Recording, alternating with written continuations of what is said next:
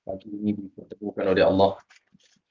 Mudah-mudahan keberadaan kita pada saat ini di antara ibadah yang diterima oleh Allah.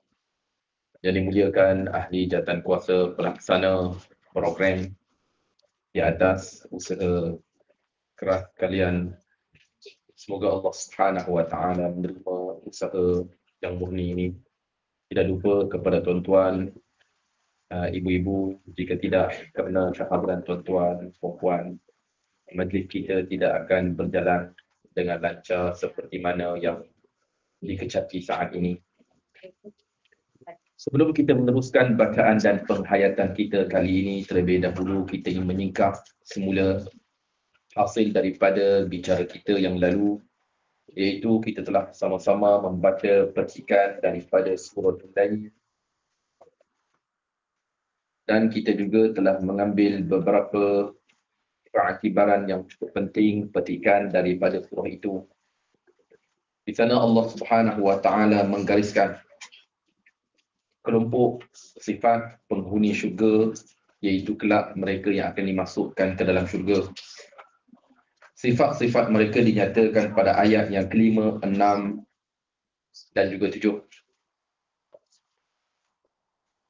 Kemudian Allah Subhanahu Wa Taala juga menyatakan tentang golongan yang akan menempuh perjalanan yang sukar, yakni neraka, dan Allah Subhanahu Wa Taala juga menyebut sifat-sifat mereka pada ayat yang ke-8 dan ke-9. Kemudian kita juga telah melihat Allah membuat perumpamaan mudah kepada kita merujuk perbezaan di antara dunia dan juga akhirat. Bahkan Allah Subhanahu Wa Taala menyatakan hal ini merujuk pada ayat 13 yang mana Allah Subhanahu Wa Taala memiliki dunia dan juga akhirat. Dan kita juga telah melihat sepotong hadis Rasulullah yang menyatakan kepada kita melalui perumpamaan kehidupan kita di dunia seperti mana seorang yang menempuh perjalanan berkelana, berhenti sejenak, berteduh di bawah sebatang pohon, kemudian ia akan meninggalkan pohon itu. Itulah perumpamaan kehidupan kita di dunia yang cukup pendek jika dibandingkan perjalanan yang panjang ditempuh oleh kita. Kemudian Allah Subhanahu Wa Taala meneruskan firman-Nya bicara tentang penghuni neraka dan juga sifat mereka. Pada ayat 16, khususnya pada ayat 16, ayat 15 dan juga ayat 16. Kemudian Allah Subhanahu Wa Taala sekali lagi menyatakan tentang perihal mereka yang diselamatkan daripada neraka, merujuk pada ayat 18 dan juga ayat 19, ayat 20 dan sehingga penghujung daripada surah Al-Lail. Berikutnya kita akan teruskan bacaan dan penghayatan kita petikan daripada surah Asy-Syams. Surah Asy-Syams, muka surat 595. Jadi kita mulakan terlebih dahulu dengan baca suratul Fatihah. A'udzu billahi minasy syaithanir rajim.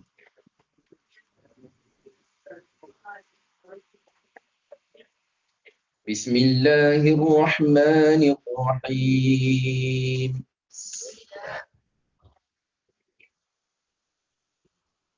Alhamdulillahi rabbil alamin.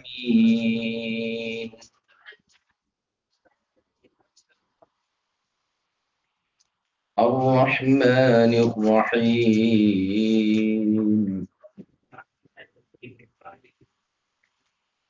Maliki yaumiddin. Iyyaka na'budu wa iyyaka nasta'in.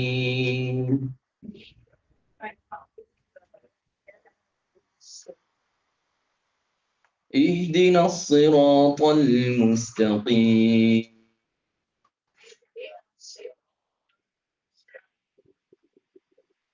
صراط الذين أنعمت عليهم غير المغضوب عليهم ولا الضالين.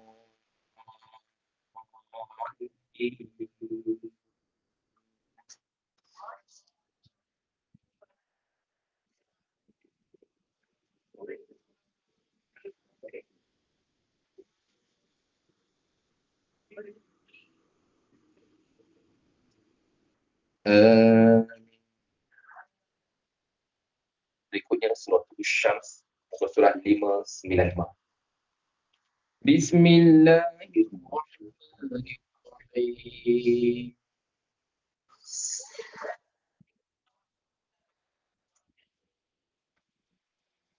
والشمس وضحاها والقمر إذا تلاها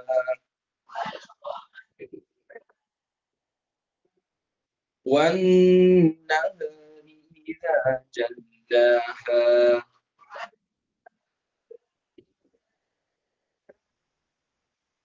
والليل إذا يغشاها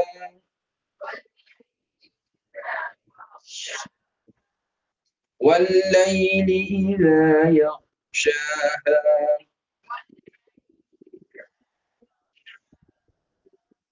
والسماء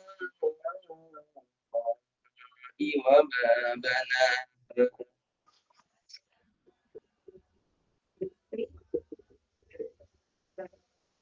والأرض وما طحاها. Okey, sekali lagi kita perhatikan pada ayat yang ke-6. Pastikan kita membezakan di antara ha pedas dan juga ha simpul. Toha, toha, toha, toha. Yang kedua adalah ha simpul ha. Kita lepas je. Okey, sebagai ulangan kepada kita, cara untuk kita menutur ha pedas ada beberapa langkah. Langkah yang pertama, apa yang perlu kita buat? Siapa ingat? Langkah yang pertama, apa yang perlu kita buat untuk menutur ha pedas? Buka mulut kita. Buka mulut. Nganga. Yang kedua, apa yang perlu kita buat? Kita sempitkan halqum di dalam untuk mengeluarkan makhraj yang nyaring. Yang ketiga, apa yang perlu kita lakukan? Kita gerakkan sedikit rahang di bawah ke hadapan sedikit. Toha, toha, toha. Yang berikutnya adalah ha simpul, kita lepas sahaja.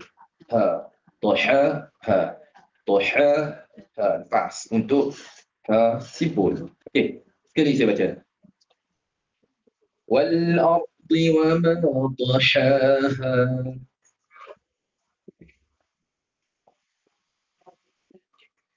ونفس وما سواها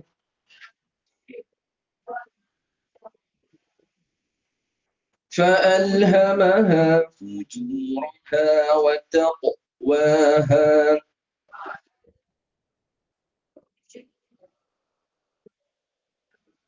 وتقوى.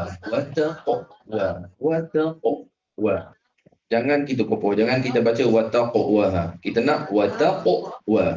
Sempurnakan lantunan, kemudian barulah kita menutur ha ataupun waw selepasnya. Wataqwa. Okey tuan-tuan, ibu-ibu ikut saya. Taqwa. Taqwa. Taqwa.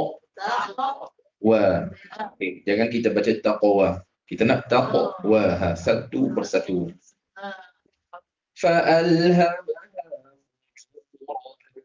taqwaha.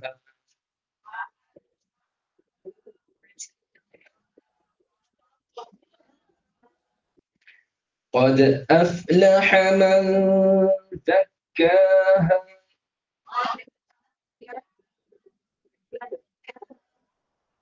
وقد خاب من دساها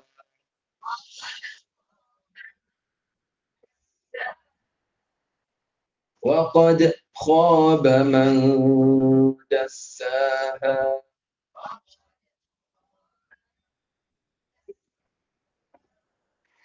Berikutnya kita perhatikan di atas ta sukun kadzabat samud. Kadzabat samud. Sempurnakan apa di situ ta sukun? Hams. Kita sempurnakan hams di situ. Kadzabat samud. Jangan kita masuk kadzabat samud.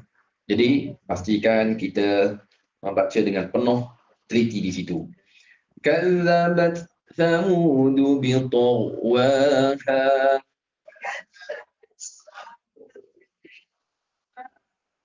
Saya dengar desiran keras di atas huruf zal. Kita tak nak kazzabat. Kita nak kazzabat. Kazzabat. Untuk uruzal. Okey, uruzal lidah kita di mana? Lidah kita di mana, tuan-tuan, perempuan? Okey, hujung lidah kita bersentuhan dengan hujung di atas. Kazzabat. Kazzabat. Kazzabat. Lembut. Kazzabat ثمود بطغواها.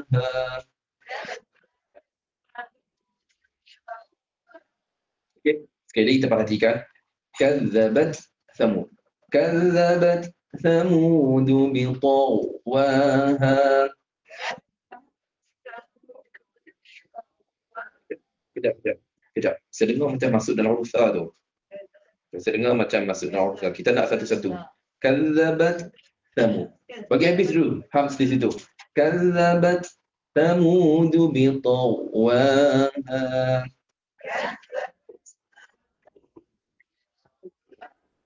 Okay. Ini cantik. Itu cantik.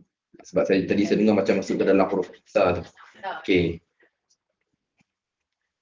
إذ انبعث أشقاها.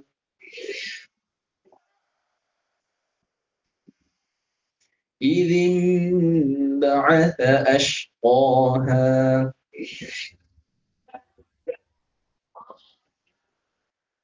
فقال لهم رسول الله ناقة الله وسقياها.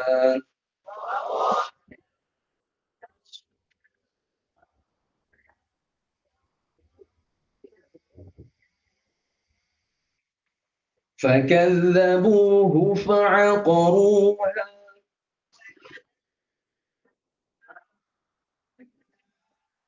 فدمدم عليهم ربهم بذنبهم فسواها.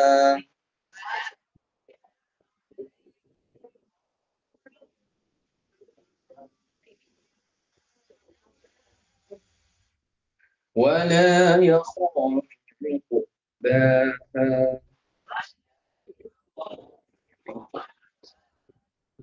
ولا يخاف عقباها.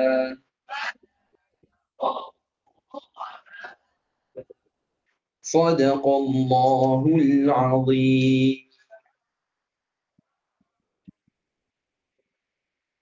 Seterusnya kita lihat terjemahan bermula daripada awal surah Syams dengan nama Allah yang Maha Pemurah lagi Maha Penyayang. Demi matahari dan sinarnya pada pagi hari, demi bulan apabila mengiringinya, demi siang apabila menampakkannya, demi malam apabila menutupinya, demi langit serta pembinaannya, demi bulan serta hamparannya, demi jiwa serta penyempurnaannya, maka dia mengilhamkan kepadanya kejahatan dan ketakwaan. Sesungguhnya beruntunglah orang yang menyucikannya, dan sesungguhnya rugilah orang yang mengotorinya. Kaum Samud telah mendustakan kerana mereka melampaui batas. Ketika bangkit orang yang paling celaka di antara mereka, lalu Rasul Allah berkata kepada mereka, yakni biarkanlah unta betina daripada Allah ini dengan meminumnya.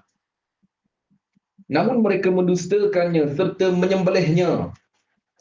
Kerana itu Tuhan membinasakan mereka kerana dosanya.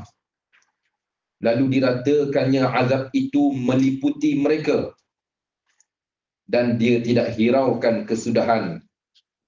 Yang demikian, yakni kerana itu adalah balasan yang adil. Kembali kita melihat bermula daripada awal surah Syams. Saat kita melihat terjemahan tadi, beberapa ayat yang dilihat oleh kita jelas pada pengertian terjemahannya dan beberapa ayat yang lain memerlukan kepada penafsiran. Dan seperti mana biasa, kita akan menelusuri satu persatu dari ayat-ayat di atas. Kita mulakan terlebih dahulu bermula daripada ayat yang pertama. demi matahari dan sinarannya pada waktu duha.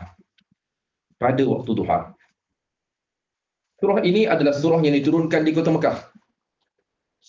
Dan surah ini juga termasuk di antara surah yang disarankan oleh Rasulullah kepada Mu'adz ibn Jabal. Cerita yang telah kita bicarakan pada pertemuan lalu.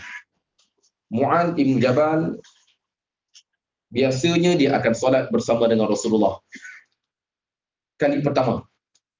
Kemudian selesai solat bersama dengan Rasulullah, apa dia buat? Tuan-tuan, ibu-ibu, apa dia buat? Apa dia buat? Betul, dia terus pulang dan solat dan mengimami kaumnya. Oh, dia balik kampung dia lah. Kampung dia jauh ke dengan kota Mekah? Dekat dengan, jauh ke dengan kota Madinah? Jauh atau dekat? Kita kata di pinggiran bandar. Sekitar mungkin mengambil masa sekitar 10-15 minit begitulah. Okey, perjalanannya. Okey. Jadi bila dia pulang, dia akan mengimami kaumnya. Saat pernah ketika dia menjadi imam dan beliau membaca di dalam solatnya surah apa? Surah Al-Baqarah. Dalam hadis itu yang mana laporan sampai kepada Rasulullah, bicara mereka ramai jemaahnya, makmumnya terdiri di kalangan ashabun nawadih, nawadih ataupun nawadih, iaitu mereka yang berkecimpung di dalam ternakan haiwan ternak, unta, kambing dan seumpama dengannya. Ialah kerja siang, malamnya imam dalam satu lambat. Panjang pula. Yang dibacanya surah apa tuan-tuan ibu-ibu? Al-Baqarah. Okey. Hampir 2 juz setengah. Jadi ceritanya, ada di antara makmum yang keluar. Mufaraqah daripada solat, keluar dan solat secara individu di belakang. Selesai solat, dilaporkan kepada Imam Mu'adz yang mana ada makmum keluar. Apa kata Imam? Makmum yang keluar. Betul. Innahu munafik. Sesungguhnya dia munafik. Kecewa dengan kenyataan imam, makmum menyampaikan laporan itu kepada siapa? Kepada Rasulullah.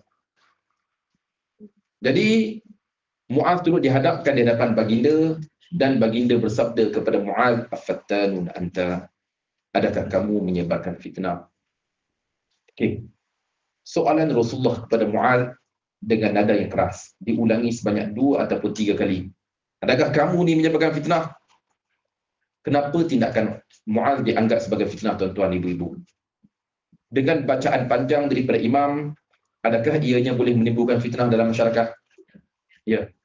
Contohlah haji, di masjid tempat haji, giliran imam tugas tu ada kan? Subuhnya imam sekian, zuhurnya imam Sabah, maghribnya imam Jaafar, isyaknya imam Razak. Kita dah kenal imam Jaafar memang baca panjang. Hari nanti rasanya kita solat di surau je lah, surau kita. Imam ni kita habis solat pun tak selesai lagi dia solat. Okey, membuatkan fitnah di kalangan masyarakat dengan sebab dia baca panjang. Okey. Jadi lalu baginda alaihi salatu wasalam menggariskan kepada Mu'adz bacaan idea di dalam solat. Halla sallaita bi sabbi ismi rabbikal a'la? Kenapa tidak kamu membaca dengan sabbi ismi rabbikal a'la?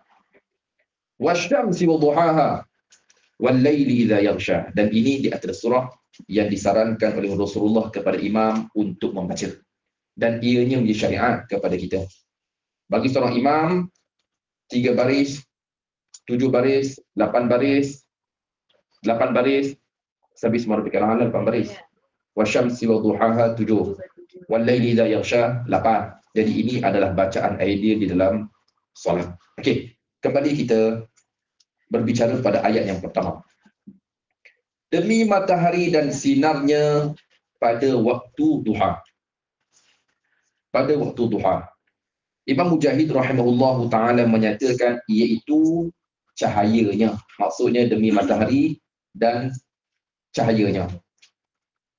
Kemudian, manakala ada juga yang berkata, adapun pengertian duha di sini merujuk kepada siang secara keseluruhannya. Bukan hanya melihat waktu duha saja. Bukan melihat waktu duha sahaja, bahkan ianya melihat kepada keseluruhan siang itu dinamakan dengan duha. Okey, ini pandangan. Ini pandangan melihat kepada siang hari juga disebut dengan duha. Manakala Ibnu Jarir rahimahullahu taala menyatakan Dan yang benar ialah berkata, Allah Subhanahu wa taala bersumpah dengan matahari dan juga siangnya. Kerana sesungguhnya cahaya matahari secara zahirnya ianya menunjukkan datangnya siang. Betul tak? Ini pun betul juga. Itu pun betul. Sebab matahari, cahaya matahari itu menunjukkan harinya siang. Jadi pandangan di atas tadi yang menyatakan wadduha ataupun wadduhaha merujuk kepada hari ataupun siang secara keseluruhannya, itu pun betul. Maksudnya ayat yang pertama firman Allah menyatakan kepada kita yang mana Allah bersumpah dengan matahari dan juga cahaya siang itu dengan sebab datangnya matahari. Okey. Kemudian kita lihat pada ayat yang kedua. Melihat kepada firman Allah Subhanahu wa taala berikutnya. Demi malam apabila mengiringinya. Okey, ayat pertama cerita tentang siang dan matahari, kemudian datangnya siang hari. Ya. Ayat yang kedua. Demi bulan apabila mengiringinya. Kata Imam Mujahid rahimahullahu taala, yakni mengikutinya. Ialah selepas siang, apa yang datang lepas siang? Malam. Jadi bulan ini simbolik malam ke? Ya. Bulan ini simbolik malam. Sebab secara kebiasaannya dilihat jelas kemunculan bulan pada malam hari. Kemudian di antara pandangan daripada Abdullah bin Abbas radhiyallahu taala anhuma, maksud pada ayat yang kedua demi bulan apabila mengiringinya, yakni mengiringi siang. Okey. Maknanya ayat yang kedua ni cerita tentang malam lah. Ya, malam simbolik wujudan bulan yang dilihat oleh kita. Kemudian kita lihat ayat berikutnya. Ayat yang ketiga. Demi siang apabila menampakkannya. Okey. Bila kita lihat ayat ini juga di antara ayat yang jelas. Yang mana juga di antara ayat yang disumpah oleh Allah Subhanahu wa taala, yang mana Allah bersumpah dengan siang harinya. Demi siang apabila menampakkannya. Imam Mujahid menyatakan tentang pencahayaan yang dilihat pada siang hari. Kemudian kata Qatadah, maksud pada ayat ini demi siang apabila menampakkannya, iaitu apabila ianya menyelubungi siang hari, yakni cahaya cerah yang menyelubungi siang hari. Kemudian kita lihat secara umumnya maksud ini kita faham yang mana Allah Subhanahu wa taala, kejap. Apa makna sekiranya Allah bersumpah dengan makhluk-makhluk tadi ya? Dengan matahari, kemudian bulan dan juga siang harinya. Betul. Semua disumpah oleh Allah Subhanahu wa taala adalah perkara yang besar. Bukan sahaja Allah bersumpah. Yang mana ianya juga secara tidak langsung mengajak kita untuk berfikir. Renung tentang matahari, apa yang dapat kita lihat. Simbolik naiknya matahari, kemudian bintang, kemudian bulan, kemudian siang harinya. Ini semua menggariskan kepada kita untuk kita berfikir tentangnya. Kemudian, ini juga tidak banyak dibicarakan oleh Imam Ibn Katsir rahimahullah ta'ala. Secara umumnya maksud di antara satu sama lain pandangan daripada para imam juga dekat di antara satu sama lain. Okay, berikutnya kita lihat ayat yang keempat. Artinya, demi malam apabila menutupinya. Demi malam apabila menyelubunginya. Apa tu? Iaitu kata Imam Ibn Katsir rahimahullahu ta'ala, yakni apabila menutupi matahari saat ianya terbenam. Maksudnya malam, maksud menutupi yakni menutupi cahaya siang itulah, matahari ya. Bila matahari terbenam, jadi bermulalah malam, jadi datangnya malam ianya menutupi waktu siang. Terhenti siang hari dengan sebab datangnya malam hari. Maka ianya membuatkan kegelapan pada penjuru cakrawala. Ini pandangan daripada Imam Ibn Katsir rahimahullah ta'ala. Kemudian, kita lihat ayat berikutnya. Ayat yang kelima firman Allah Subhanahu wa taala. Selepas kita melihat malam, apabila ianya menutupi cahaya siang. Ayat yang kelima. Demi langit serta pembinaannya. Okay? Langit pula Allah Subhanahu wa taala mengajak kita untuk kita merenung tentang langit. Imam Ibn Katsir rahimahullah ta'ala menyatakan pada ayat ini, iaitu maknanya dan langit serta binaannya. Okay, langit yang kita lihat bagaimana diciptakan oleh Allah, tuan-tuan, ibu-ibu.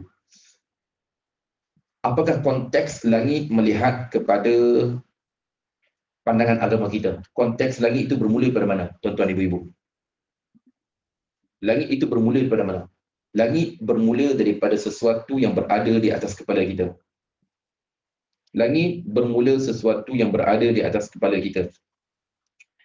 Mungkin sebagai renungan kita lihat dalam ayat yang pelbagai Allah Subhanahu wa taala berfirman merujuk kepada air yang turun daripada langit.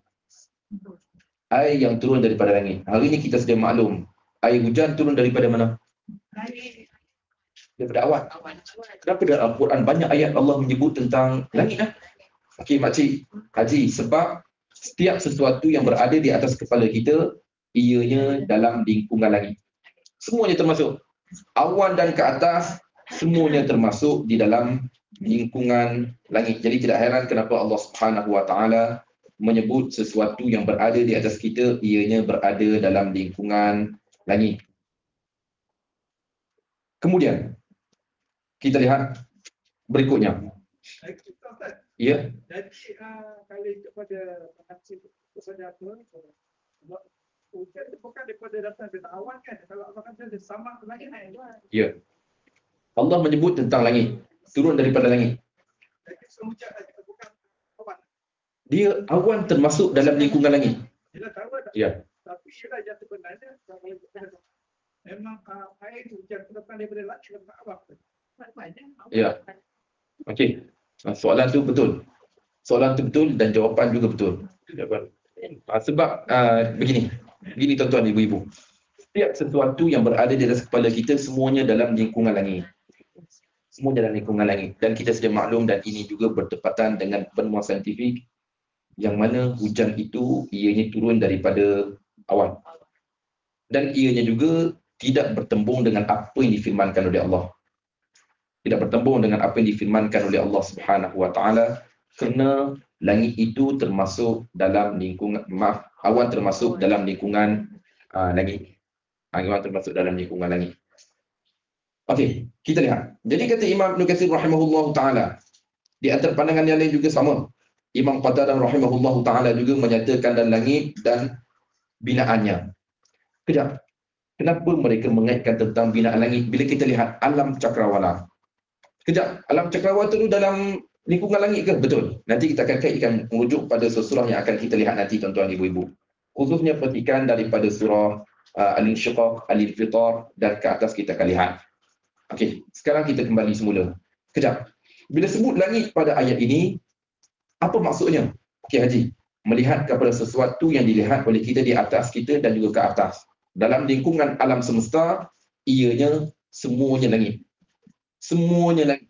Kejap kami nak tanya, adakah langit ini ianya merujuk kepada langit yang ditempuh oleh Rasulullah pada malam Al-Isra' dan juga Mi'raj? Kan Rasulullah naik langit yang pertama, langit kedua, langit ketiga, langit keempat, 5, 6, 7.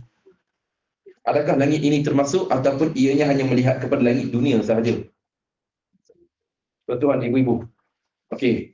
Langit yang ditempuh oleh Rasulullah pada malam itu selain daripada langit dunia, langit pertama, langit kedua itu hanya diketahui oleh Allah.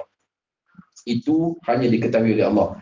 Adapun langit yang dimaksudkan pada ayat yang kelima ini melihat kepada yang dilihat oleh kita. Yang dilihat oleh kita. Mungkin tuan-tuan, ibu-ibu, nanti kita akan berbicara tentang beberapa teori saintifik melihat kepada langit yang dimaksudkan. Okey. Adapun langit ini juga dan lingkungannya alam semesta, alam cakrawala, kita mesti melihat dan berfikir bagaimana ianya diciptakan. Tuan-tuan, ibu-ibu, penciptaan alam semesta cukup hebat. Cukup hebat. Melihat kepada satu teori yang ditemui pada tahun 1929. Hasil cetusan daripada Edwin Hubble, kematiannya pada tahun 1953. Yang mana ia menggariskan tentang alam semesta yang sentiasa berkembang. Melihat kepada langit yang sentiasa berkembang. Dan beliau menamakan proses ataupun teori itu dengan the expanding universe, alam semesta yang sentiasa berkembang. Ianya melihat kepada alam itu, bagaimana ianya diciptakan. Bermula awalnya dahulu pernah melalui fasa asap tebal. Ianya juga menjadi sukatan bagi mata pelajaran sains. Mungkin tuan-tuan, ibu-ibu masih lagi ingat zaman SRP dulu. Makcik ada berbicara tentangnya. Dahulu alam semesta ini pernah melalui fasa asap tebal, terdiri daripada gas hidrogen dan juga helium. Ingat lagi tak? Okey. Kemudian dia semakin berkembang daripada hari ke hari, berkembang. Ini yang dinyatakan oleh Edwin Hubble pada tahun 1929 tentang perkembangan alam yang sentiasa berlaku daripada hari ke hari dan tidak akan terhenti. Sehingga hari ini tidak diketahui di manakah hujung pangkal langit.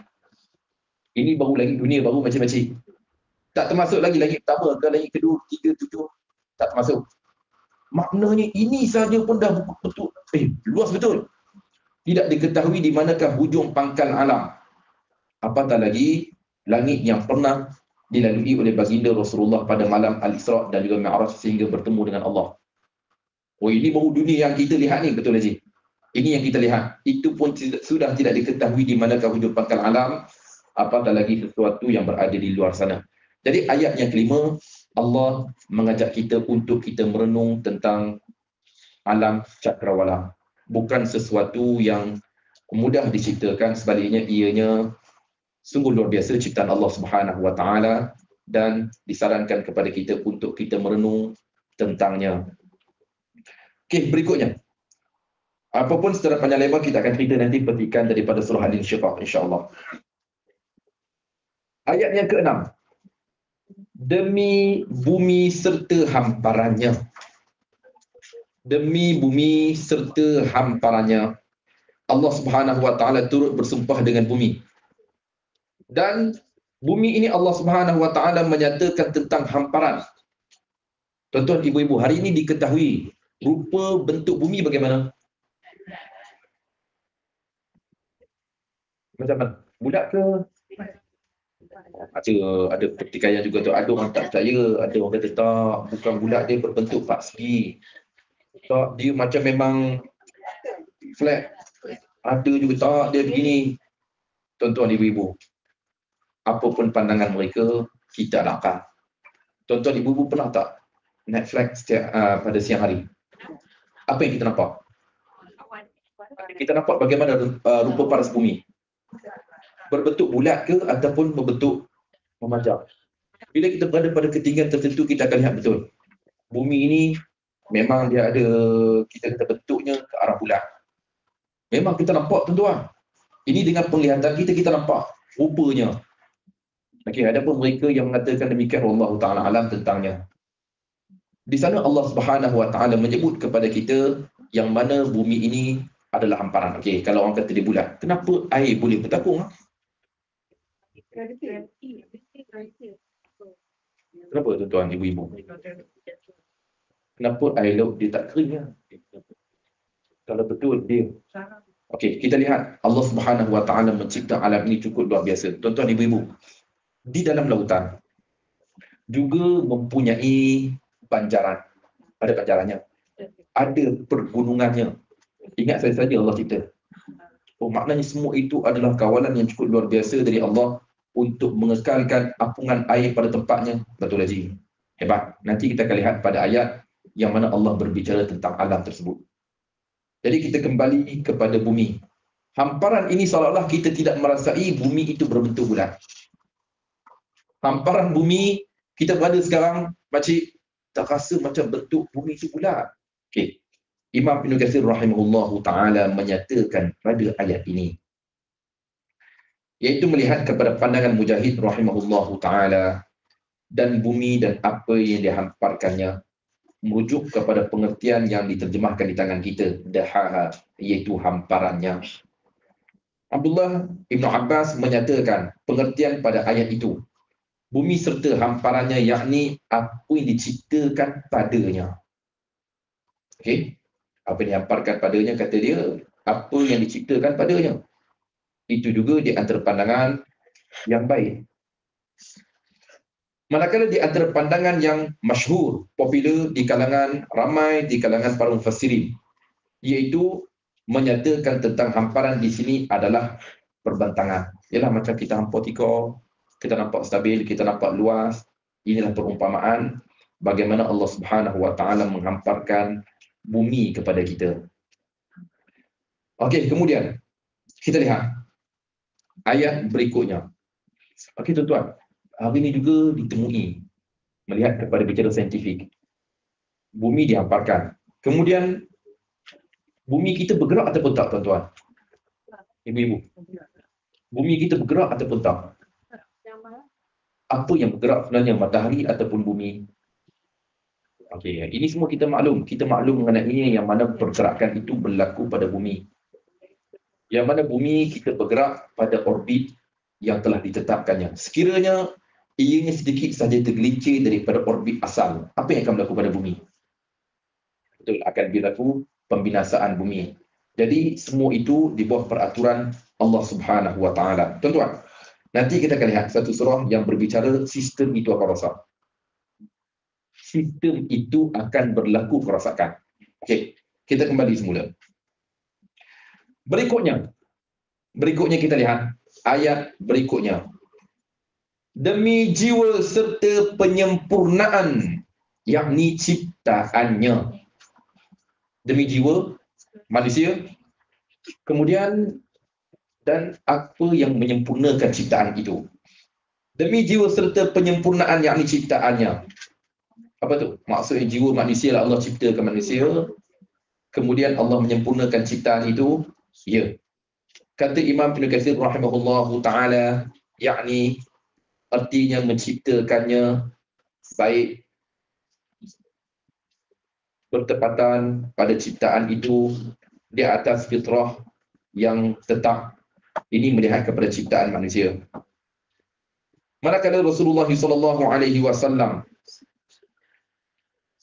bersabda, iaitu melihat kepada penciptaan ini. Maksudnya manusia diciptakan baik awalnya. Awalnya manusia semua baik. Hadis yang diriwayatkan oleh baginda Rasulullah SAW. Terus kita lihat terjemahannya. Setiap anak yang dilahirkan itu dilahirkan di atas fitrah. Apa maksud fitrah? Maksud fitrah di sini itu baik. Baik, orang kita sebut macam kain putih. Maka kedua ibu bapanya lah yang mendorongkannya menjadi Yahudi, atau mengkristiankannya ataupun memajusikannya. Apa maksudnya? Maksudnya setiap manusia itu diciptakan sempurna. Anak-anak kecil, bayi, diciptakan keadaan mereka baik. Manakala kedua ibu bapanya lah yang mendorongkannya, pembawakan itu. Agamanya sama ada Yahudi ke, Kristian ke, Majusi ke. Jadi penciptaan manusia pada awalnya diciptakan pada ciptaan yang cukup baik oleh Allah Subhanahu Wa Taala. Kemudian, jadi pada ayat ini apa maksud dia? Ayat ini Allah Subhanahu Wa Taala menyatakan tentang jiwa yang diciptakan oleh Allah Subhanahu Wa Taala itu serta disempurnakan ciptaannya. Ciptaan Allah yang sempurna saat Allah menciptakan ciptaan. Maaf tuan-tuan, batuk sikit. Bukan COVID ni. Bukan COVID, forward pada demam. Please.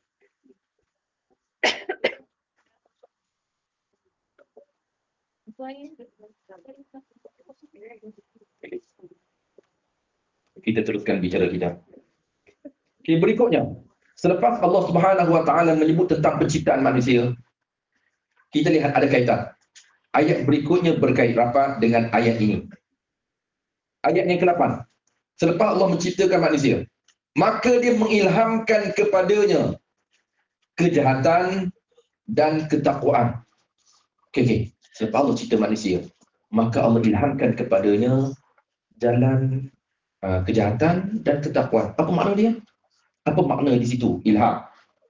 Bagaimana Allah memberi ilham? Kata Imam Ibn Katsir rahimahullahu ta'ala, maka ia menunjuk kepadanya ke arah kejahatan dan ketakwaan, yakni memperincikan kepadanya demikian itu. Maksud ilham di sini melihat kepada ungkapan yang pertama adalah memperincikan. Maksudnya Allah perincikan kepadanya jalan-jalan kejahatan dan jalan-jalan ketakwaan. Abdullah bin Abbas menyatakan maksud pada ayat ini, maka dia mengilhamkan kepadanya kejahatan dan ketakwaan, yakni memperincikan kepadanya kebaikan dan juga keburukan. Allah cerita kebaikan dan juga keburukan yang ada.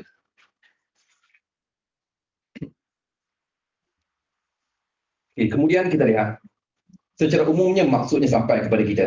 Melihat pada ayat yang ke-8, maka dimilhamkan kepadanya yakni jalan kejahatan dan ketakwaan, iaitu Allah memperincikan jalan baik bagaimana dan jalan buruknya bagaimana. Semua diperincikan oleh Allah Subhanahu wa taala. Okey, berikutnya kita lihat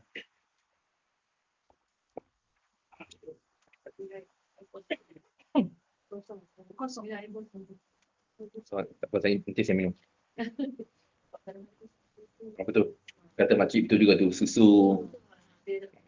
Tapi dia sedap. Itu yang masalahnya. Okey. Okay, kita teruskan tuan-tuan ibu-ibu. Okay, berikutnya. Selepas Allah Subhanahu wa taala mengilhamkan, memperincikan jalan-jalan keburukan, jalan-jalan ketakwaan. Okey. Ayat yang ke-9.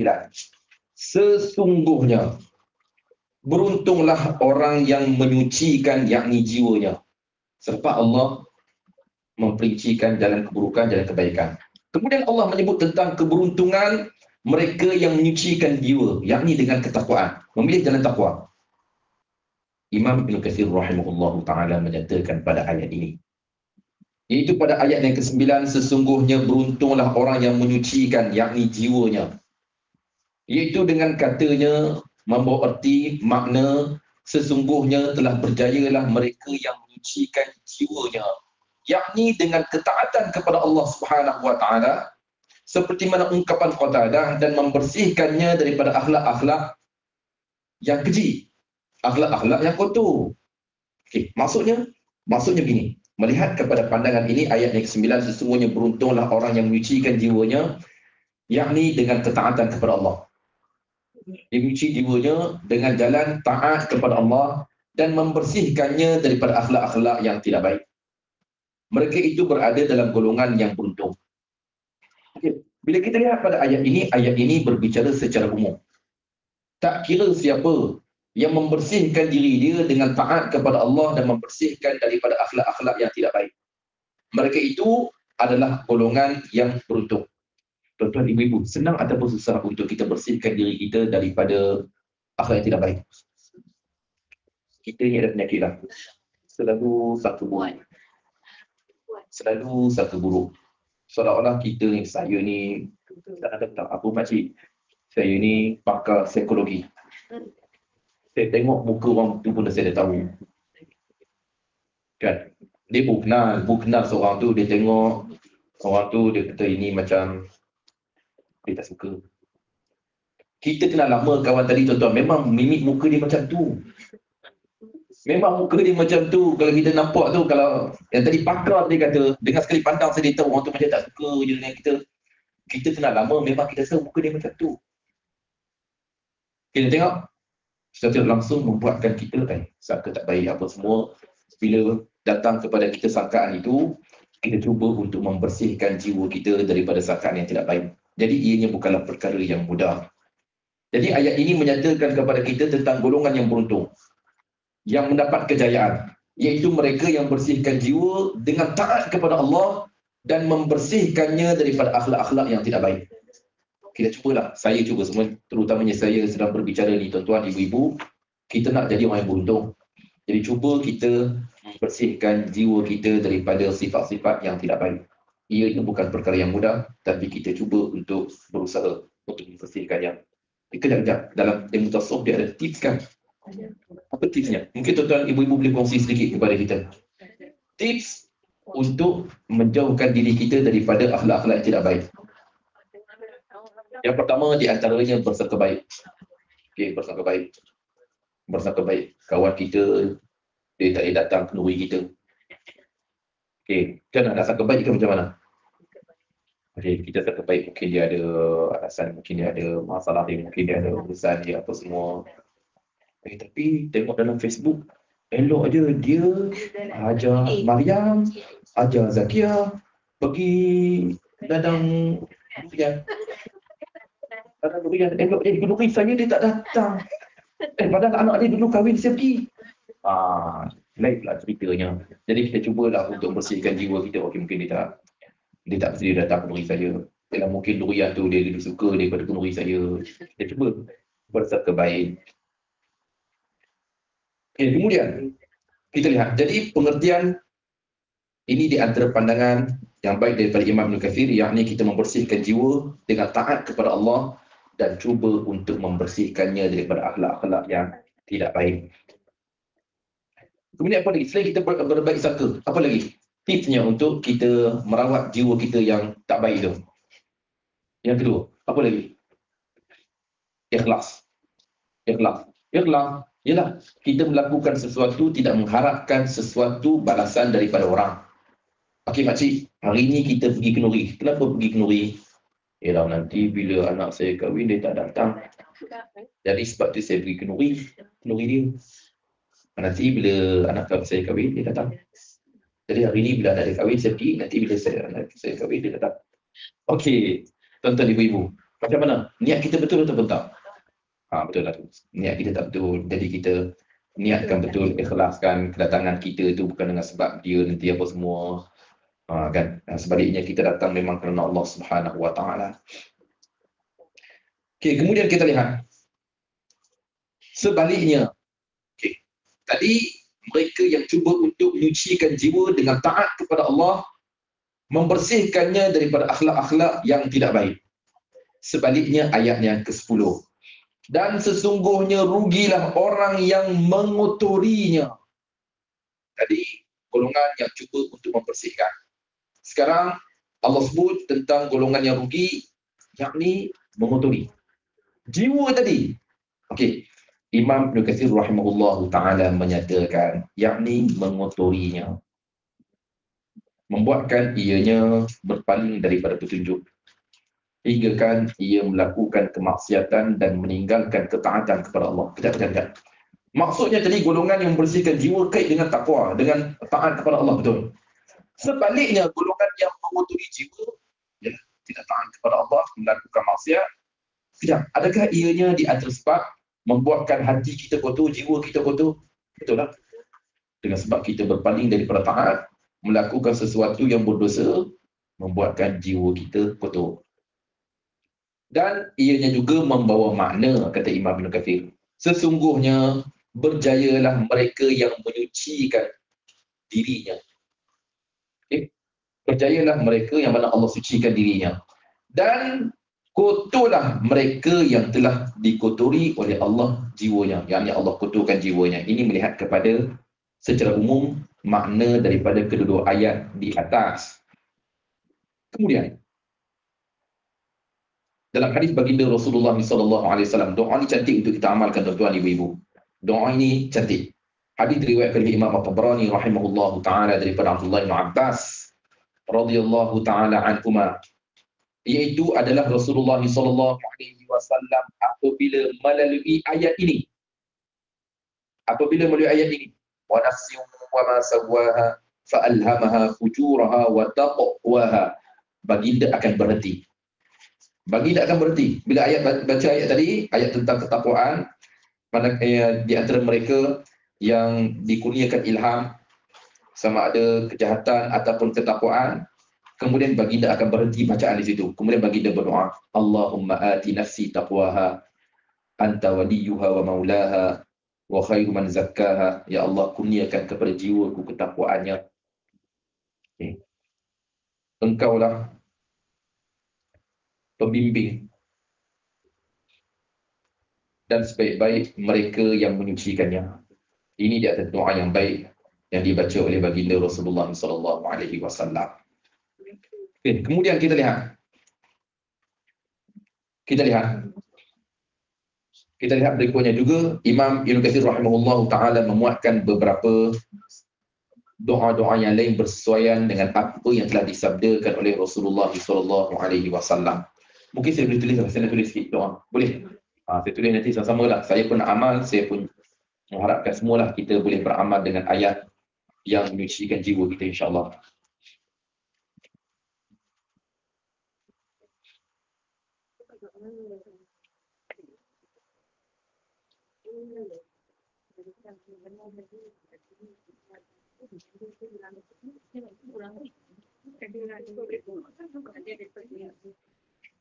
Di sini Imam Ibn Katsir memuatkan beberapa hadis dari Rasulullah SAW. Cuma kita ingin mengambil satu sebagai amalan kita. Sebab ni banyak sangat ni, kami nak amal mana satu kan? Nampak semua panjang-panjang.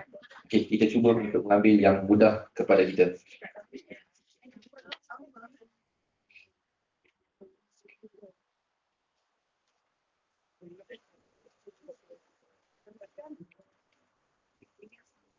Okey, kita ambil hadis yang diriwayatkan oleh Imam Muslim rahimahullah ta'ala.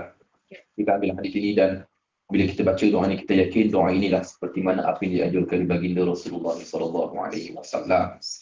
Fokus kita terarah, Allahumma ati nafsi taqwaha wa zakkiha anta khairu man zakkaha anta waliyuha wa maulaha. Okay. Saya akan tulislah.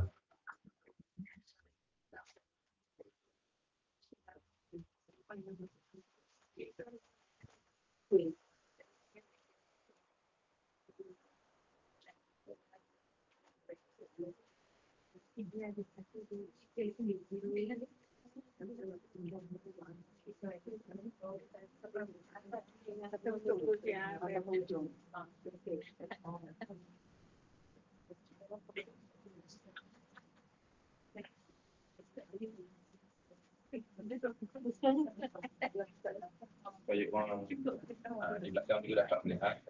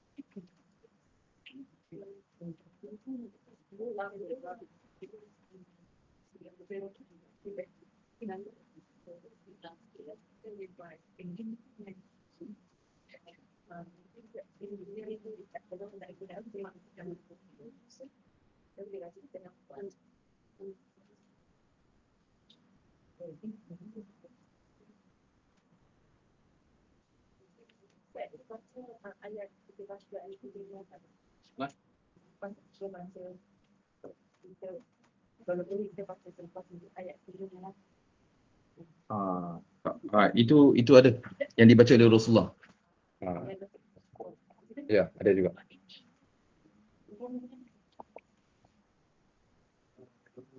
Okey. Kita lihat. Nampak? Saya punya lakaran. Okay. Senang, kalau nak snap nanti pun senang. Ini kita jadikan kerja rumah. Kita hafal sedikit minggu depan, kalau boleh kita nak, semua orang ingatlah. Ini doa supaya Allah Subhanahu Wa Taala membersihkan hati kita. Hati kita bersama hati saya, hati tuan-tuan, hati ibu-ibu. Mungkin kita boleh tulis sikit rawah Muslim, hadis diriwayatkan oleh Imam Muslim, supaya kita beramal tu kita tenang, kita yakin dengan amalan kita tu. Hadis diriwayatkan oleh Imam Muslim rahimahullah taala. Doa yang cukup cantik untuk kita baca. Ya, ini doa Rasulullah untuk membersihkan hati. Untuk membersihkan hati kita. Oh, kejap, maknanya bila kita rasa tak selesa ataupun hati kita rasa macam sangka buruk je, aku semua kita baca doa ni lah ya. Kita baca dah doa ni, Allahumma ati nafsi taqwaha wa zakkiha anta khairu man zakkaha anta waliyuha wa maulaha. Kita baca lah. Ya. Ya boleh. Amalkan dalam sembahyang ketika sujud, lepas sembahyang ketika sebelum beri salam, lepas baca tahiyat, boleh kita baca. Ini ada tempat yang mustajab bila kita berdoa. Ya. Doa yang cukup baik untuk kita baca. Sebab jiwa kita ni selain kita berusaha, kita juga mengharapkan doa kepada Allah. Yang boleh membalikkan hati kita ni Allah je. Jadi kita berdoa supaya Allah Subhanahu Wa Taala bersihkan hati kita. Jadi kita boleh amal doa. Allahumma ati nafsi taqwaha wa zakkiha anta khairu man zakkaha anta waliyuha wa maulaha.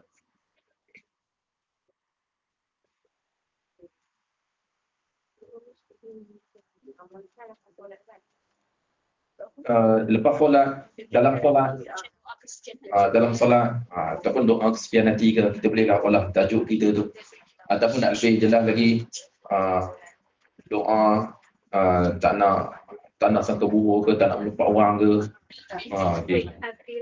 bersihkan hati ke, menyucikan hati ke, ataupun mengkelorokkan hati ke, itu semua bolehlah kita buat tajuk kita tu. Okey, kita kembali semula. Selepas ayat yang ke-10. Okey. Selepas kita membaca, dan insya-Allah doa ni kita hafal. Minggu depan panjang usia kita datang, kita akan cek hafalan ni. Kita akan cek hafalan ni. Okey.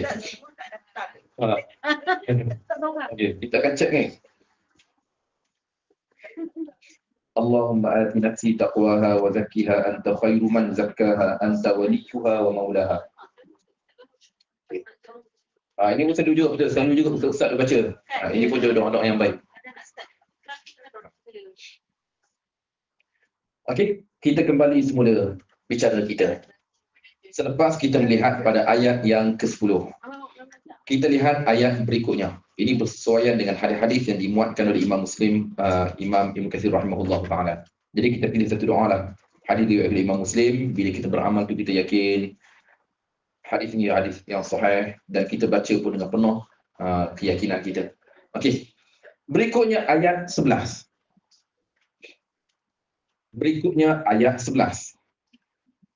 Kaum Samud telah mendustakan, yakni Rasulnya, kerana mereka melampaui batas.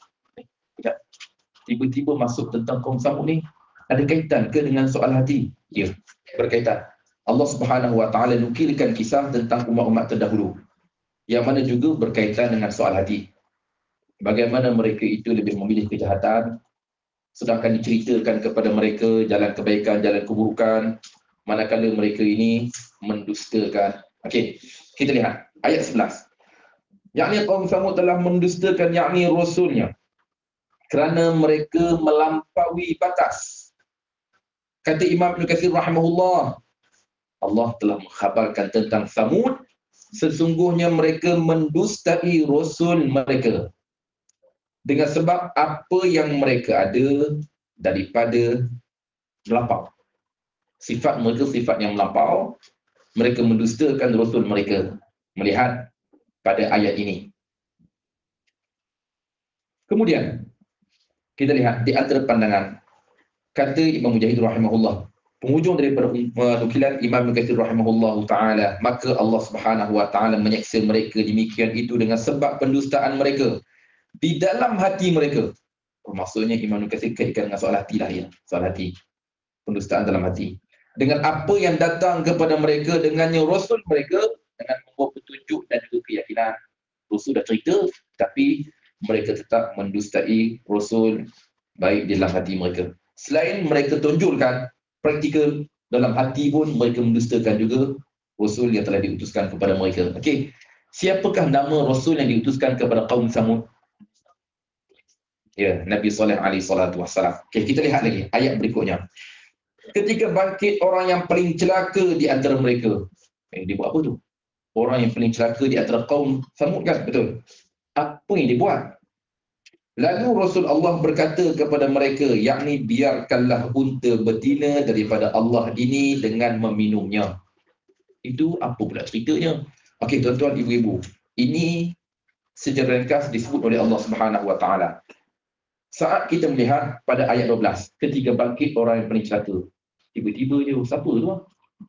Ini kaum Samud kan? Apa dia buat? Kemudian pada ayat 13 lalu Rasul Allah berkata kepada mereka, biarlah unta betina. Apa cerita pula tiba-tiba unta ni? Okey, sebab tu saya sebut tadi atau firman Allah pada ayat ini disebut secara ringkas. Manakala dipanjang lebar penceritaannya di dalam surah-surah yang lain sebagai runungan. Kita lihat terlebih dahulu surah Hud juzuk 12.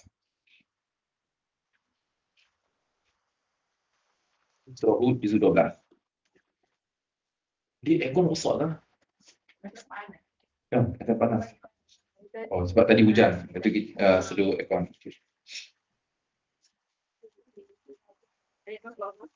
Okey. Kemudian kita lihat muka surat 228.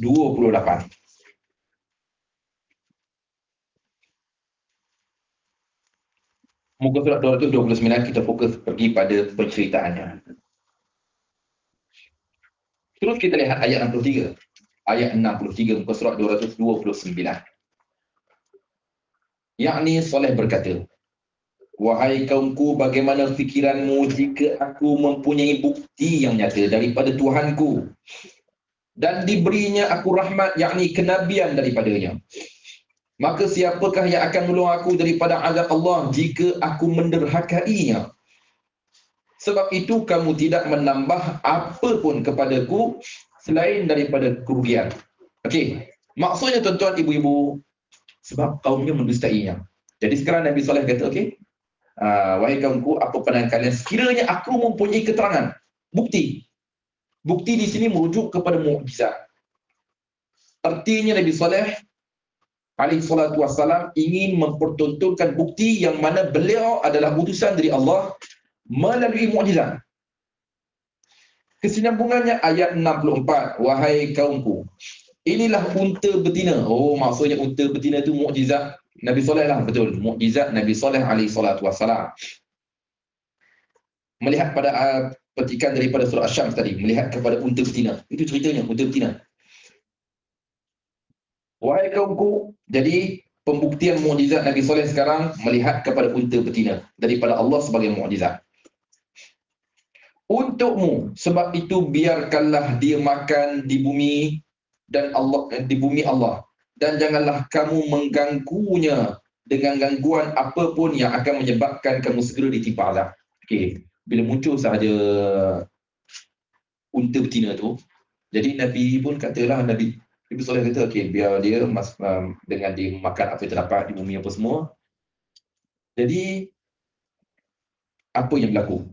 Nabi Saleh ingatkan mereka, jangan kalian kenakannya ataupun menimpakan dia dengan sesuatu. Jangan kamu mengganggunya apapun yang akan menyebabkan kamu ditimpa azab. Ingatan daripada Nabi Saleh, unta betina itu tidak boleh diusik. Tidak boleh diganggu. Nanti mereka akan ditimpa azab oleh Allah Subhanahu wa taala. Kita lihat sejenak. Jangan kita tinggal muka surat tadi. Kita lihat petikan daripada surah Asy-Syu'ara. Juzuk 19. Juzuk 19. Muka surat 373.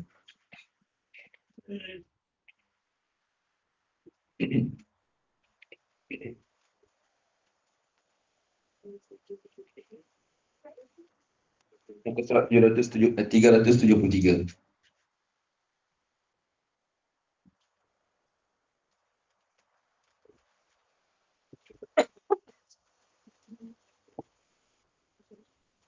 Muka surat 373. Muka surat tadi jangan kita tinggal. Sebab kita akan kembali semula pada muka surat itu. Muka surat 373. Tuan-tuan, ibu-ibu boleh melihat petikan daripada awal penceritaan kaum Samud pada ayat 141. 41. Di sini Allah Subhanahu wa taala menyatakan tentang kepakaran yang ada pada kaum Samud. Mereka ni pakar. Apa kepakaran mereka? Okey, kita lihat. Bermula daripada ayat 146, muka surat 373. Ayat 146. Apakah kamu yakni mengira akan dibiarkan tinggal di sini yakni di negeri kamu ini dengan aman? Ini bicara Nabi kepada mereka. Di dalam kebun-kebun dan mata air, maknanya mereka tinggal di tempat yang subur. Okey. Dan tanaman dan pohon-pohon kurma yang mayangnya lembut. Okay, mereka juga ada kebun kurma. Kemudian ayat 149, dan kamu pahat sebahagian gunung ganang untuk dijadikan rumah-rumah. Apakah kepakaran mereka? Gunung ganang mereka boleh pahat buat rumah dia dalam gunung ganang tu. Ini kepakaran mereka. Kemudian Nabi SAW ingatkan mereka, maka bertakwalah kepada Allah dan taatlah kepadaku. Dan janganlah kamu mentaati perintah orang yang melampaui batas, yang berbuat kerosakan di bumi dan tidak melakukan kebaikan. Mereka menjawab, sesungguhnya engkau hanyalah termasuk di kalangan orang yang kena sihir. Engkau hanyalah manusia seperti kami, maka datangkanlah satu mukjizat jika engkau termasuk di kalangan orang yang benar.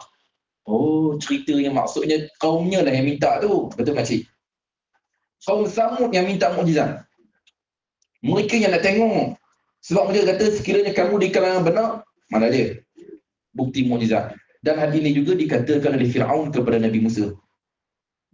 Fir'aun kata begitu juga. Sebab Nabi Musa mendakwa beliau adalah utusan daripada Allah. Fir'aun minta perkara yang sama. Qala in kunta ji'ta bi ayatin fa'ti biha in kunta minas sadiqin. Cerita yang sama. Maknanya umat-umat terdahulu bila Nabi-Nabi menceritakan tentang kerasulan, mereka akan minta bukti, mukjizat. Mereka nak tengok. Okey. Jadi jelas pada ayat ini mukjizat unta betina tadi. Okey. Adakah Nabi Saleh yang mempertontonkan ataupun hasil daripada permintaan? Ya, ianya hasil daripada permintaan kaumnya kepada baginda. Kemudian ayat 155. Dia yakni Saleh menjawab, ini seekor unta betina. Lantaran daripada permintaan mereka untuk melihat mukjizat, Nabi Saleh pun bersabda, ini seekor unta betina yang berhak mendapatkan yakni giliran minum, dan kamu juga berhak mendapatkan minuman pada hari yang ditentukan. Apa ceritanya? Ceritanya macam ni makcik. Sebelum kewujudan unta betina tu, telaga yang diambil air oleh kaum Samud, setiap hari mereka boleh ambil. Bila-bila masa saja boleh. Tapi dengan sebab kewujudan unta betina itu, Nabi Saleh mengagihkan waktu. Waktu minum. Hari ini unta je. Banyak tu kali minum. Allah Ta'ala, tapi banyaklah. Esok manusia. Lusanya unta. Okey. Macam-macam kita bayangkan. Air kita dicatu. Air kita dicatu. Macam mana cerita? Macam hari ni ada air, esok tak ada air. Lusanya ada air, tidaknya tak ada air. Macam mana cerita? Okey. Hasil daripada permintaan mereka yang minta tengok mukjizat. Jadi selepas mukjizat itu muncul, menjadi ujian kepada mereka. Sebelumnya mereka boleh ambil air bila-bila masa, tapi sekarang dah tak boleh, nak kena agih masa dengan unta tu pula. Okey. Kemudian Nabi Saleh alaihi salatu wasallam ingatkan mereka 156. Dan jangan kamu menyentuhnya yakni unta itu dengan sesuatu kejahatan. Nanti kamu akan ditimpa azab pada hari yang dahsyat. Nabi Saleh ingatkan mereka sebab mereka nak tengok mukjizat. Sekarang dengan sebab kemunculan mukjizat, mereka terpaksa mengagihkan air dengan unta. Jadi tuan-tuan ibu-ibu, rasa-rasa mereka mampu bertahan ke tak? Okey, Nabi Saleh ingatkan mereka, jangan kenakan dia dengan sesuatu, kelak kalian akan ditimpa azab pada hari yang dahsyat. Kemudian mereka membunuhnya. Lalu mereka merasa menyesal. Okay. Maka mereka ditimpa azab sesungguhnya pada hari yang demikian itu terdapat tanda yakni kekuasaan Allah, tetapi kebanyakan mereka tidak beriman. Kita kembali semula ke surah 29. Selepas mereka membunuh unta itu, ayat 65, muka surat 229. Apa yang berlaku? Mereka membunuh unta itu. Maka Saleh berkata, bersukarialah kamu sekalian di rumah kamu selama 3 hari. Lepas mereka sembelih unta tu, seronoklah mereka, tak perlu lagi catu air. Tak perlu lagi dibahagikan air mereka dengan unta tu. Kemudian, Nabi Saleh berkata kepada mereka, okey, bersukarialah kalian di rumah kalian sebanyak 3 hari. Itu adalah janji yang tidak dapat didustakan. Selepas 3 hari, tuan-tuan, ibu-ibu, apa yang berlaku? Maka tak kala datang azab kami. Kami selamatkan Saleh beserta umatnya yang beriman dengan rahmat daripada kami. Dan kami selamatkan mereka daripada kehinaan pada hari itu. Sesungguhnya Tuhanmu dialah yang maha kuat lagi maha perkasa. Bagaimana kaum itu dibinasakan? Ayat 67. Dan satu tempikan suara yang menggemparkan bumi menimpa orang yang zalim itu. Lalu mereka mati bergelimpangan di rumah mereka. Seolah-olah mereka belum pernah tinggal di tempat itu. Semua mati habis. Ingatlah sesungguhnya kaum Samud mengingkari Tuhan mereka. Ingatlah kebinasaanlah bagi kaum Samud. Kita lihat sejenak petikan daripada surah Al-Qamar. Juzuk 27. Juzuk 27 muka surat 520. Muka surat 530.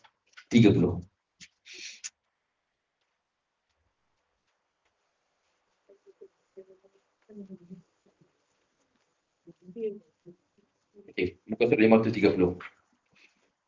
Diikutkan cerita tentang kaum Samud bermula pada ayat 23. Jadi tuan-tuan boleh bacalah bermula pada awal. Ceritanya sama seperti mana kita ceritakan tadi. Cuma terus kita pergi pada ayat 28. Muka surat 530, suratul Qamar. Artinya, dan khabarkanlah kepada mereka bahawa air itu dibahagi di antara mereka, yakni dengan unta betina itu.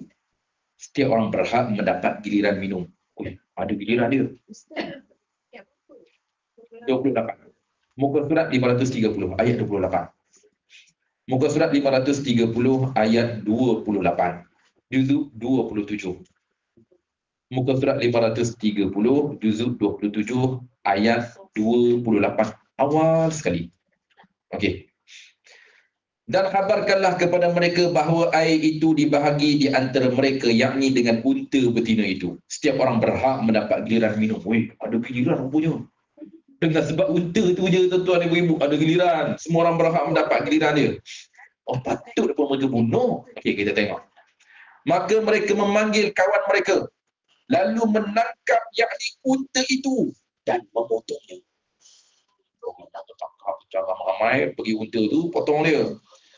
Maka betapa dahsyatnya azabku dan peringatanku. Kami kirimkan kepada mereka satu suara yang keras, yakni tempikan dahsyat. Maka jadilah mereka seperti ranting-ranting kering yang rebut. Tempikan yang kuat, mereka ni jadi macam ranting yang rebut je. Dan sesungguhnya telah kami mudahkan Al-Quran untuk peringatan. Maka adakah orang yang mahu mengambil pengajaran? Kita kembali semula petikan daripada surah Asy-Syams. Jadi sekarang kita lihat dengan jelas maksud daripada firman Allah Subhanahu wa taala. Kita kembali semula muka surat 595. Pada ayat 13, lalu Rasul Allah, yakni Saleh berkata kepada mereka, biarlah unta betina daripada Allah ini dengan meminumnya. Ataupun kita kembali semula pada ayat berikutnya, ayat 12. Ayat 12. Ayat 12. Jadi secara umumnya kita telah lihat kitab tadi. ketika bangkit orang yang paling celaka di antara mereka. Orang yang paling celaka dia buat apa? Hingga kan Allah Subhanahu Wa Taala merakamkan kisah lelaki itu. Dia buat apa? Dia buat apa? Kenapa Allah Subhanahu Wa Taala menyatakan apabila bangkit seorang yang paling celaka? Apa yang dia buat? Ini melihat kepada seorang yang paling bertanggungjawab tadi.